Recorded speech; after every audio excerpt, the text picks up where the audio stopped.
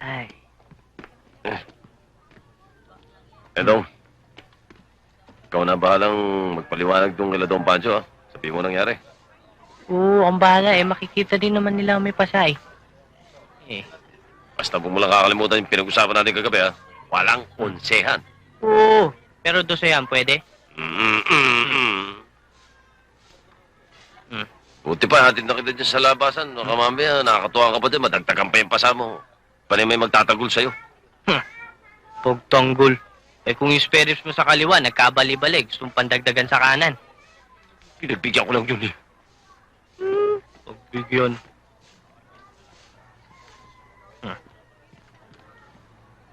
Ilin. Oh. Tutuloy na ako, ha. Salamat doon sa nakakabundat mong almusal. Salamat din sa tulong mo. Bira, wala yun. Eh, alam mo naman kami ng tito mo, body-body kami yan. Tsaka tinutulungan rin niya ako sa mga kompromiso. Kaya pala pati sa bukol share kayo.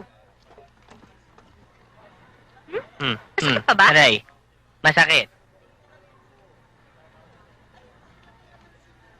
Tsaka pala, Jeline, tulungan mo naman ako kay Lilian, oh. Kasi tinamaan yata ako, eh. Naku, terror ang nanay nun Terror o horror? Terror. Sayang. Gagamitin ko pa naman yung bawang tsaka krus. You can do it. Gamitin mo lang yung charisma mo. Di Kaya ba? tutulungan mo ako. Akong bahala sa'yo. Okay.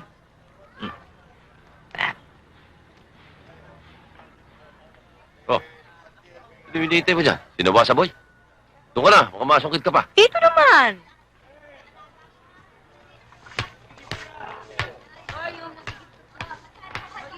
Ay, buhay. Op, op. Huh. Teka. Ha? Baka nandiyan si Roland.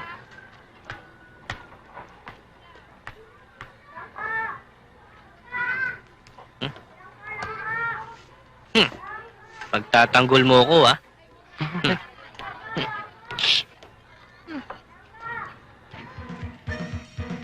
Ay nako, paring Sarge Domino. Kung hindi ikaw ang naka-assign dito, siguro kinulong na kami dun sa baba. Eh, kasi naman kayong dalawa. Talagang mapapagkamala kayong... Tignan niyo yung mga suit niyong yan. Eh, galing ho kami sa costume party, kaya ganito ho itsura namin. Ay siya nga pala, paring Sarge. Ari si Tirso, pinsan ko. Hi. Sarge, pasensya na ho kayo dahil kung di talaga dahil sa inyo, hindi ho kami maliligtas. Maraming po salamat sa... Tama na, ang tagal mong magsalita eh. Ano kailangan natin? Aring kumpare kung si Sarge Domino, abay sikat na yan ngayon at pagkadami na niyang kasong nalulutas. Sarge, ano bang kasong hinahawakan nyo ngayon? Pasensya na kayo. Confidential to. Ay sige na naman, tatatlo lang naman tayo nag-uusap. Hindi na makakalabas sa atin tatlo iyon. Hindi ba, Tirso? Opo, ikakandado naman po namin mga bibig namin eh. Sabihin nyo na ho. Ang kaso kong hinahawakan ngayon ay ang tungkol sa Golden Gun. Golden Gun? Oo, Sa English yun. Eh, sa Tagalog eh, baril na ginto? oo. May pumapasok dito. Gintong 45. Dito sa ating bansa. Legal. Pero ito'y pinagbibili sa mayayamang tao. At maimpluwensya. At alam ba nyo, na ito'y nagkakahalaga ng $250,000 bawat isa. Pero hanggang ngayon, ay hindi namin malaman kung sino ang mga taong nagpapasok, nag-i-smuggle dito sa ating bansa. Pero huwag kayong mag-alala. Meron kami nilaan na malaking halaga, money reward, sa kung sino man makalulutas ng kasong ito. Tol, masyado na tayo marami na inguso. Palagay ko, panahon na para maglaylo tayo. Baka tayo maisahan.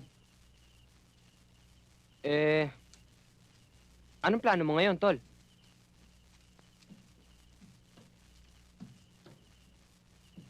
O, hindi mo na ako sinagot.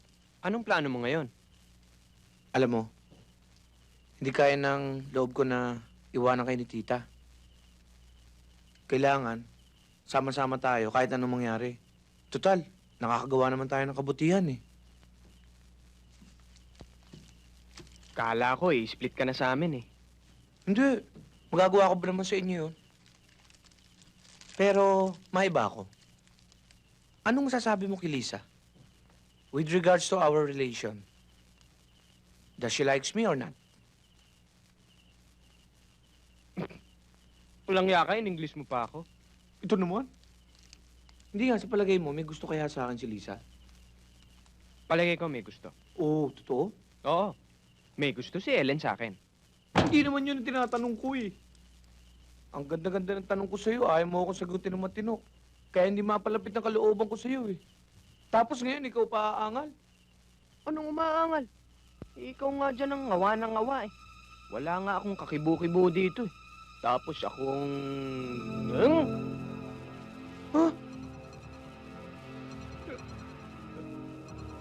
Hawak mo ba ang pa ako? Nasaan ang kamay mo? Eto, oh.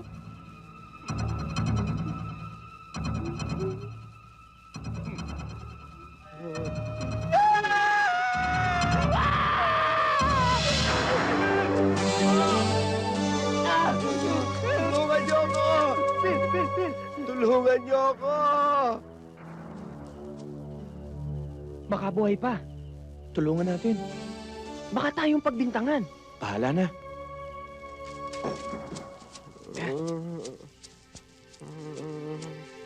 Dahan-dahan.